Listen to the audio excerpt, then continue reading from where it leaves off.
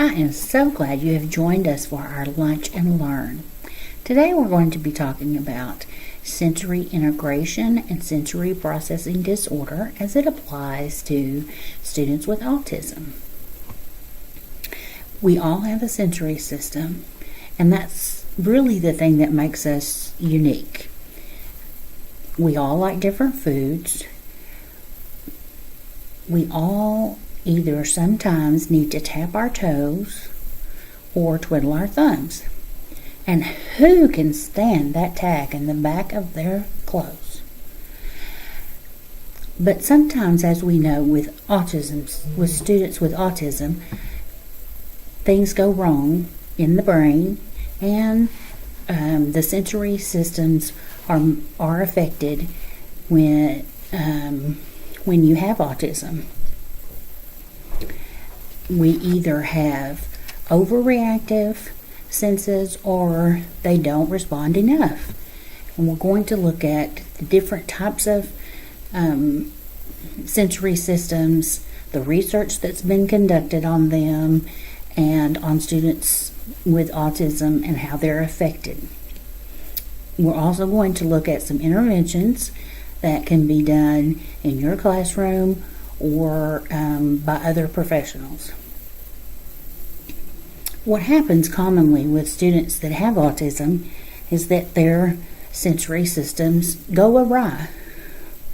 Sensory processing is a neurological condition which happens in children with autism. The condition is diagnosed usually by an occupational therapist. There is no cure, but there are a lot of treatment options.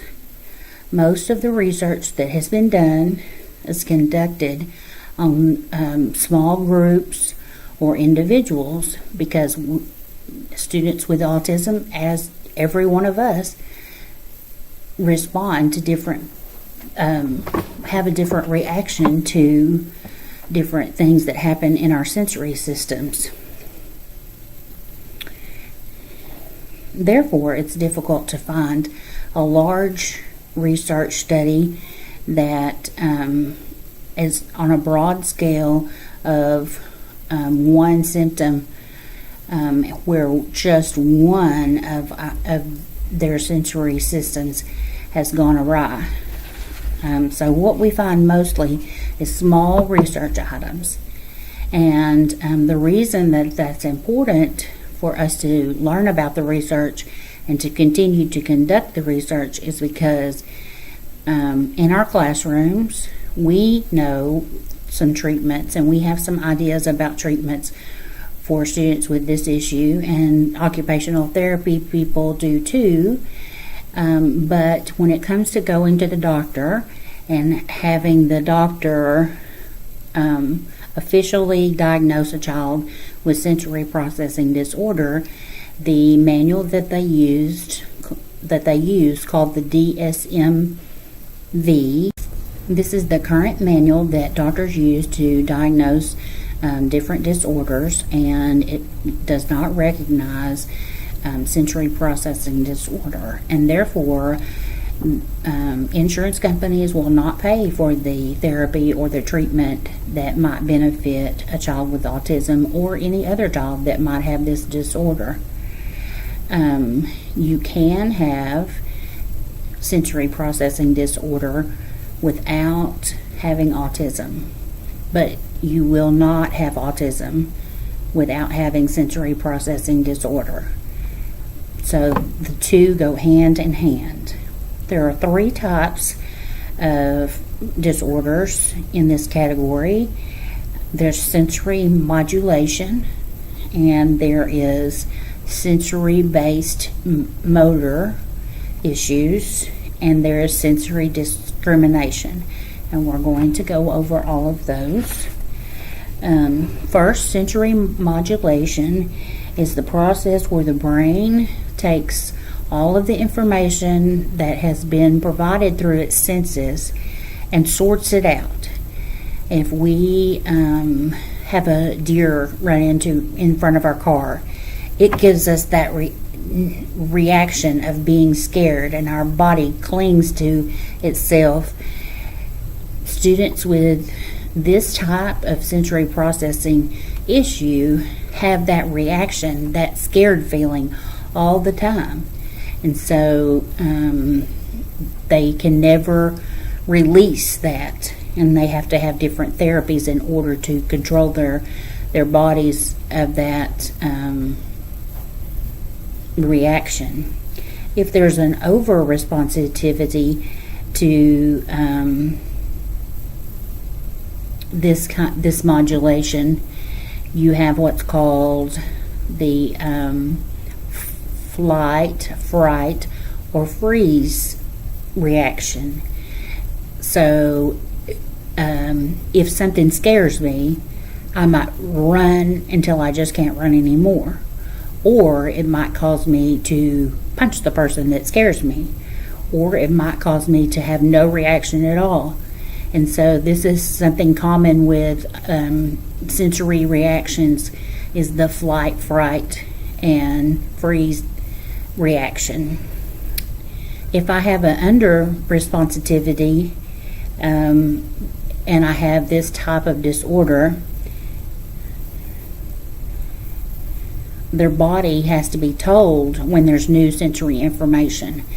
They may seem lethargic, or you may just think they're lazy and they really don't have anything wrong with them.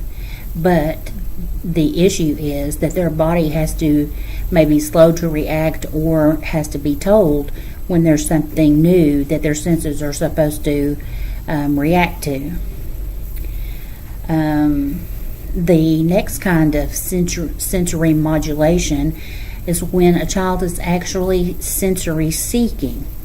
These are the daredevils in your classroom, the children that you just cannot keep off the top of the tables.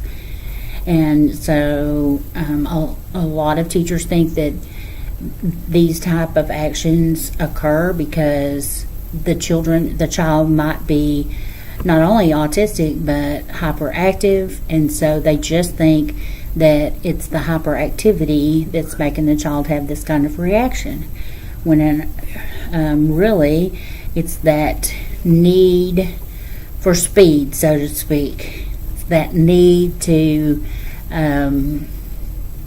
have a rush of adrenaline. These students usually have a hard time feeling pain. They make noises with their mouth, and a lot of times we contribute making noises or having something in our mouth as a part of ADHD, when in actual it could be, but it's the need of the sensory system that these students are trying to meet. Another thing about this type of student is that they think that they're having just a good old time with their buddies, and their roughhousing turns into something that's too rough, and they don't know how to use their impulse control to stop the behavior before it gets out of hand. And so a lot of times they're seen as not having any impulse control and also being aggressive. But it's really the fact that they just cannot control their sensory system, or their input in their brain is going in the wrong direction. Sensory processing disorder over responsivity correlates with behavior problems and social behaviors. One of the largest studies was conducted and published in the Journal of Abnormal Psychology, and it examined the relationship between anxiety and sensory over responsivity, and then gastrointestinal problems that the majority of students with autism have. And there were 2,000 students in this research, and they ranged in ages from 2 to 17, and they were 80% males. And 24% of those students had GI problems. And so we know that that increases the anxiety of a student with autism, and when they they're having upper GI or lower GI problems, they're less likely to be responsive in the classroom. So if you have a student that has good days and bad days, it's got to do with the yeast in their digestive system.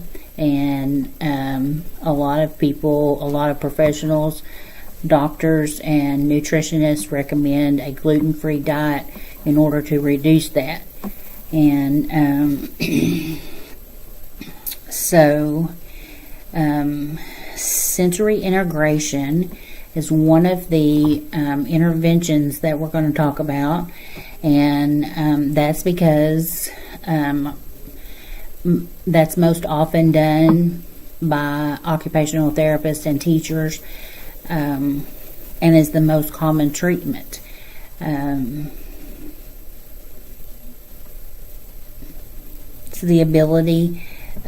is the ability to absorb information through the brain concerning your senses.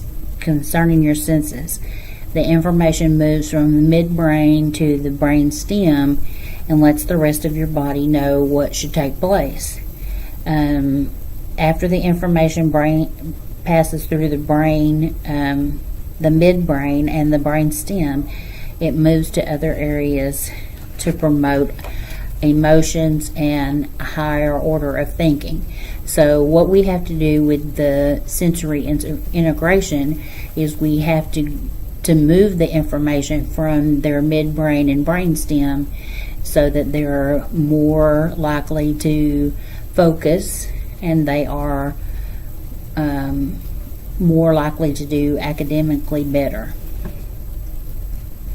Sensory integration improves focus.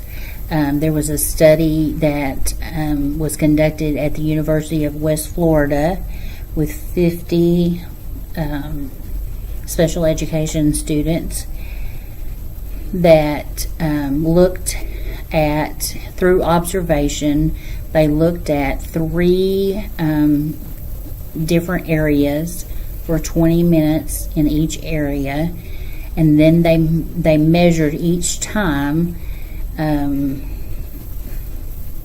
the minutes that the children could focus. So they started out in a regular classroom, and they measured in that 20 minutes how many 1-minute intervals could be documented that the student was remaining focused. And then they moved to a sensory room that had been set up by the OT, where there was a swing and some trikes that they could ride. There was a rice and bean sensory stand, and several other sensory activities, and they stayed there for 20 minutes. And while they were in the sensory room, the researchers were observing and also continuing to chart how much time was being spent on focusing on the activity. Then they went back to the classroom and measured again. So what this research showed us is that we had a baseline, and then we moved to the sensory room. Our number of minutes that were recorded as being focused increased, and then even though it did go back down, when the focus did go back down when they returned to the regular classroom, it did not go down as far as the baseline score had in the first place. Sensory integration can also improve academic performance. In the last 8 to 10 years, there's been a big move in classrooms to have flexible seating and lighting and a different arrangement of colors. We've for a long time known that the colors that you choose in your classroom do affect the students and their ability to perform and show and attend to tasks. This study looked at the seating and the lighting in which increased sensory processing. So this was a large-scale research. It was conducted in the United Kingdom in 2015, and it there was actually 153 rooms were looked at in 27 different schools. The schools varied in sizes and locations. So we have city schools and country schools. There was about 4,000 children in this study, and they ranged in ages from 5 to 11. And so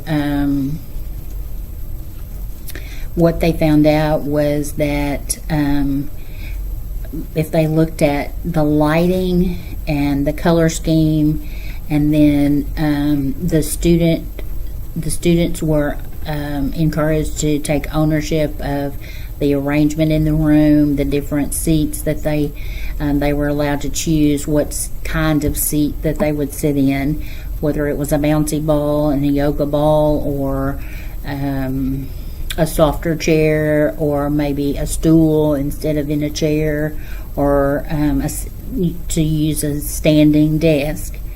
Their performance academically would increase by 16%, and in math specifically, it increased by 73%. And the researchers commented that they felt like that the students were more comfortable, the teacher was more comfortable, and so with math being a more difficult subject, the more comfortable you are, the more relaxed, the less anxiety, and so therefore the scores went up.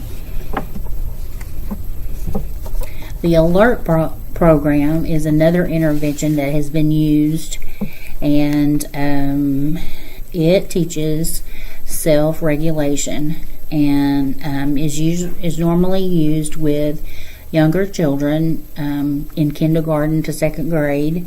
And we did show there was a couple of different research articles on increasing the vocabulary about self-regulation if it was introduced into the daily routine of these children.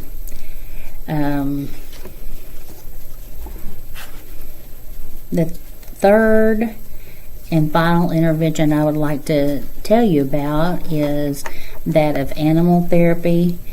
A lot of times horses and dogs are used in animal therapy. The dogs can be used for either a service dog or as just a companion. And so with sensory motor disorder, you have students who have poor articulation and poor motor skills. They have illegible handwriting. So that's why it's so important for the students who have illegible handwriting to get therapy from an occupational therapist, because that helps their sensory processing disorder. Next, we have postural disorder, and this is stabilizing the body during movement. We always heard our mothers say, stand up straight. Well, that's why, because if you have a student who doesn't have good posture, or eventually the brain will tell the child to stay continually bent over. And we know that this slows down the processing of information when you're not sitting up straight. So in this disorder, we would have poor motor control and stability and balance and poor coordination again. So next we have sensory discrimination disorder. And this involves all of the senses: seeing, vision, hearing, touching, smelling, and the proprietary. I'm sure I've said that wrong, but anyway, I'll explain it when I get there. First, the tactile system. It's when we use our touch. Our skin protects us, but it also sends the central nervous system an alert that we are about to be hurt. And so when you have this kind of disorder, you stay in that I'm hurt all the time mode. An over-responsive person would be a child who likes to run their hand down the wall when they walk down the hallway. That is giving them the sensory feeling that they need to be able to add to their concentration. An under-responsive person in this disorder would be that they have to have something in their hand. So, and surprisingly enough, some students have several of these. So, when you see them doing different things like holding a pencil or holding some kind of toy or some kind of something in their hand and something in their mouth, and they're running their hand down the wall as they walk down the hallway, they are needing some sensory input in those three areas. So it's not just to drive you crazy, it is to actually, they're trying to get the information that they need in their brain to focus and pay attention. Next we have auditory disorder in the auditory system, and when you have an overabundance in your auditory system, that's what causes a child with autism to cover their ears. And so we all know that that's a symptom of autism, especially when you're trying to get a child diagnosed, but that's the reason, because their auditory system is reacting to the noises. And so what appears to be just a little hum to us, or just the sound of a clock ticking, would be over exaggerated to them. Next we have the vision, and this gives us the ability to track words on the page or to be able to copy words from the board. So it is vital that in our reading and writing that students be able to use this system. And when they can't, the occupational therapist will work with them on visual discrimination. And usually students with autism excel in this area because they are so good at mazes and at puzzles that they, and it's because they can see the pieces of the puzzle in a way that a lot of us can't, because we can't fit the two pieces together. The gustatory receptors on our tongue, the gustatory system is another system that can go awry in our senses if we have an over responsivity to it. We like sweet or sour food, and we all know that students with autism have a lot of adversity to food. Most of them don't like the texture of it. But there's also an under-responsivity to meat, which is when we usually like they usually like meat and potatoes, things that are kind of bland. But we know that this is where the constant eating hot dogs or chicken nuggets or pizza, usually those things are not very spicy and they're pretty bland. So that would be part of that disorder. Next, we have the olfactory system, and that's where that's using your sense of smell, and those senses use the limbic system to tell your brain that something is good or bad. And so when you smell something that is good, it goes straight to your emotional system. Your emotions can tell you if you like something or you don't when you smell it. And so an over responsivity to that would be the smells in the cafeteria. So with children with autism, not only have a difficult time with the sound in the cafeteria, but the smells of everybody's food, whereas it may not bother you or I, it's overwhelming to them. And that's a difficult time of the day for a lot of students to go to the cafeteria. An under responsivity to smells would be if they smell a marker or they smell a crayon. They might act like they like that, but they're trying to awaken their sensory system. Next, we have the vestibular.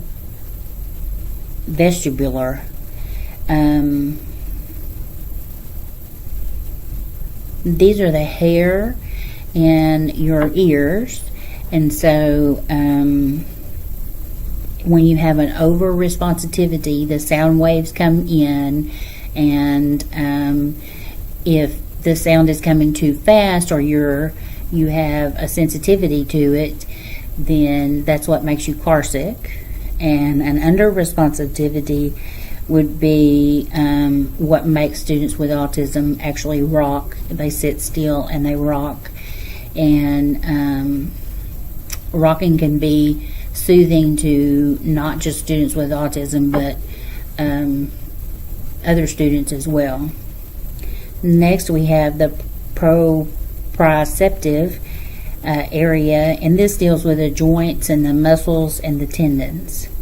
And these students who have an over responsivity to this area, they play just a little bit too rough, and we might say he just doesn't know how to not roughhouse. He just doesn't know not to horseplay.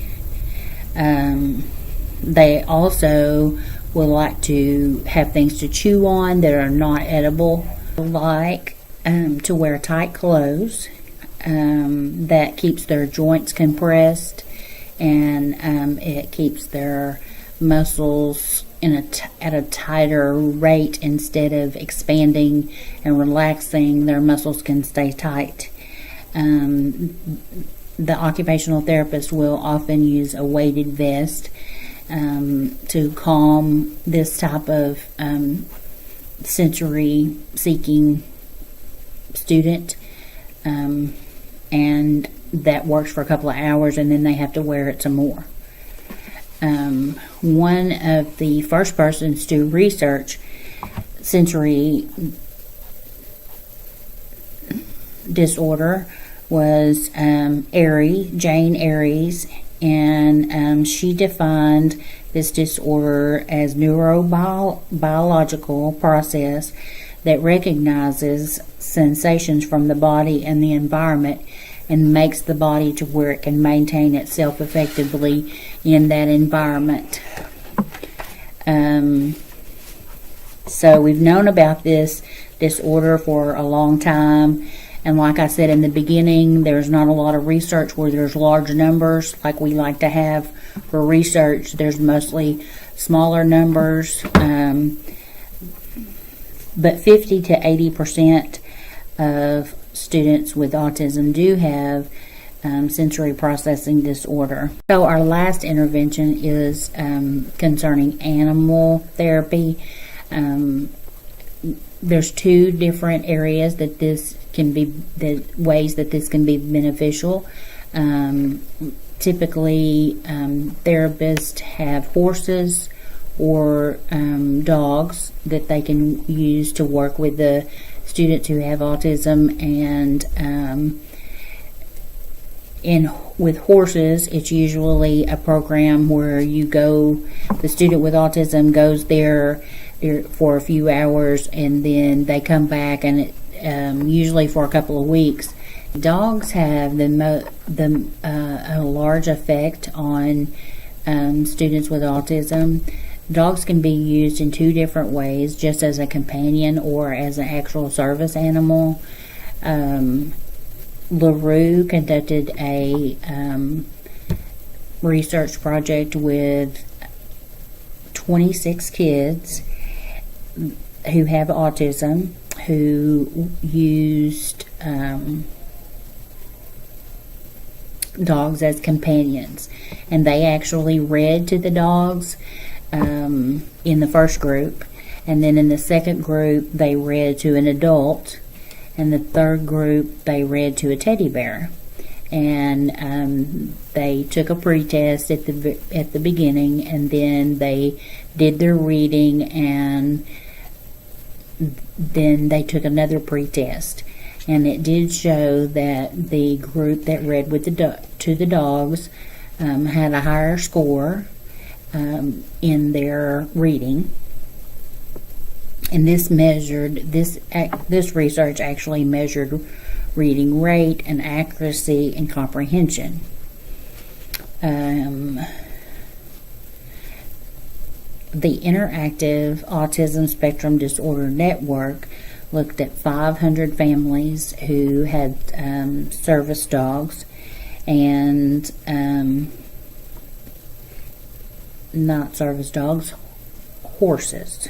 They were going through a therapy program that involved horses, and out of those 500, 350 used a horse and spent 2 weeks with the horse. The researchers saw an 87% increase in social skills and a 67% increase in executive function. So with all this data and all this information, it's very important that we together as a team, which includes the regular education teachers and special education teachers and the related service therapy people such as occupational therapists, work together to provide interventions and therapy for students who have sensory processing disorder. And so one of the things that we are going to do is myself and the occupational therapist will be coming to each one's room and looking to see if there is any information that we can provide you to help the students that may have these issues. Thanks for coming.